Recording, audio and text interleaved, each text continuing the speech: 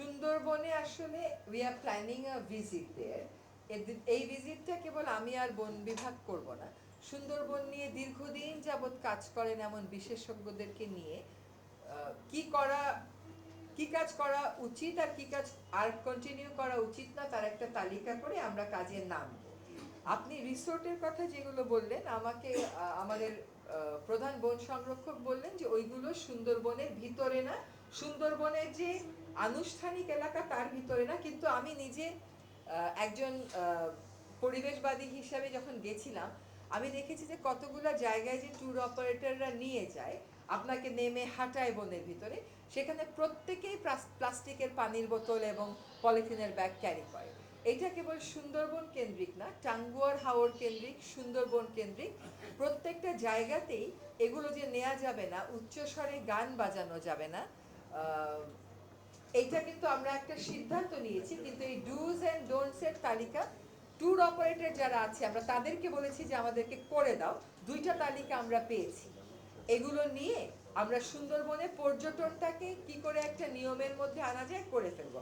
আবারও বলছি যে 2 মাসে কিন্তু এই যে ট্যুর অপারেটরদেরকে বলা, ওদের কাছ থেকে মতামতগুলো আনা, এগুলি আসুক। ডুজ অ্যান্ড ডোন্টস এর একটা তালিকা আপনারা দেখতে পাবেন। এটা খালি তালিকা দেখবেন না, এটা আপনারা এনফোর্সমেন্টও দেখতে পাবেন।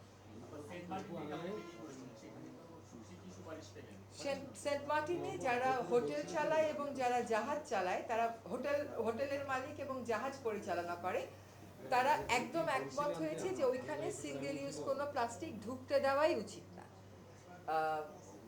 কেউ কেউ এমন বলেছে যে চানাচুর, চিপস, আচার এগুলো ওখানে ঢুকতে দেওয়াই উচিত না। তাদের সাথে আরেকটা যেটা আলাপ আলোচনা ছিল যে বিভিন্ন সময় সরকারি পর্যায়ে তো অনেক সিদ্ধান্ত হয়েছে, ওই সিদ্ধান্তগুলো ঐক্যমতের ভিত্তিতে নেওয়া সিদ্ধান্ত, সেইগুলো কেন বাস্তবায়িত হলো না, এবং সেইগুলো যদি আমরা বাস্তবায়িত করতে চাই তাহলে ওনাদের সেখানে বক্তব্য কি।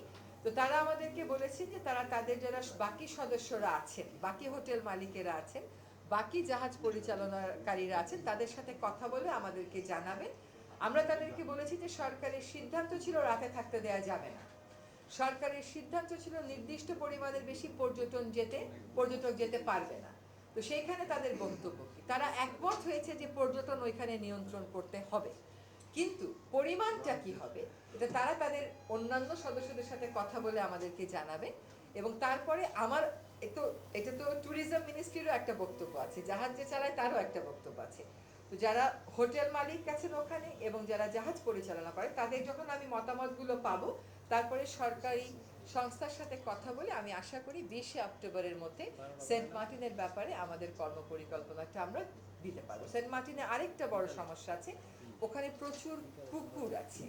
তো এই কুকুরগুলোর ব্যাপারে কি করা যায়, এটাটাও তারা একমত হয়েছেন যে এটা নিয়ে যারা ডিল করেন যে বিশেষজ্ঞ সংস্থাগুলো, তারা যদি ওখানে গিয়ে ভ্যাকসিনেশন এবং স্টেরিলাইজেশনের প্রসেসটা শুরু করেন, তারা আমাদেরকে সহায়তা করবেন। রাত্রি যাপনের দুটো বিষয়, রাত্রি যাপনের ব্যাপারে আগের তো সিদ্ধান্ত ছিল, আর পর্যটক সংখ্যা নিয়ন্ত্রণের জন্য আগের সিদ্ধান্ত ছিল। এখন সেইগুলো আমরা বাস্তবায়ন যদি করতে চাই, তাদের মতামতগুলো কি, তাদের কথা হলো যে তাদেরকে জিজ্ঞেস না করে সরকার একতরফাভাবে এই কাজগুলো করেছিল, তাদের উপর সিদ্ধান্ত তাদের বক্তব্য যে আরোপিত। কিন্তু আপনি যদি মিটিং মিনিটস দেখেন, আপনি দেখবেন প্রত্যেকটা সভাতেই তাদের প্রতিনিধিরা ছিল। তো এখানে নিয়ন্ত্রণ আনা হবে, কিন্তু আমাদের পদ্ধতিটা হচ্ছে যে আমরা একমত হয়ে একটা যদি সিদ্ধান্ত আসতে পারি, তাহলে প্রক্রিয়াটা শুরু হোক, এটা অ্যাসেস করে পরের বছর আবার আমরা নতুন করে দিতে পারবো। তবে রাত্রি যাপন এবং পর্যটন সীমিত, এটা নিয়েই তাদের সিদ্ধান্তগুলো তারা আমাদেরকে বলেছেন 15 তারিখের মধ্যে জানাবেন। ধন্যবাদ।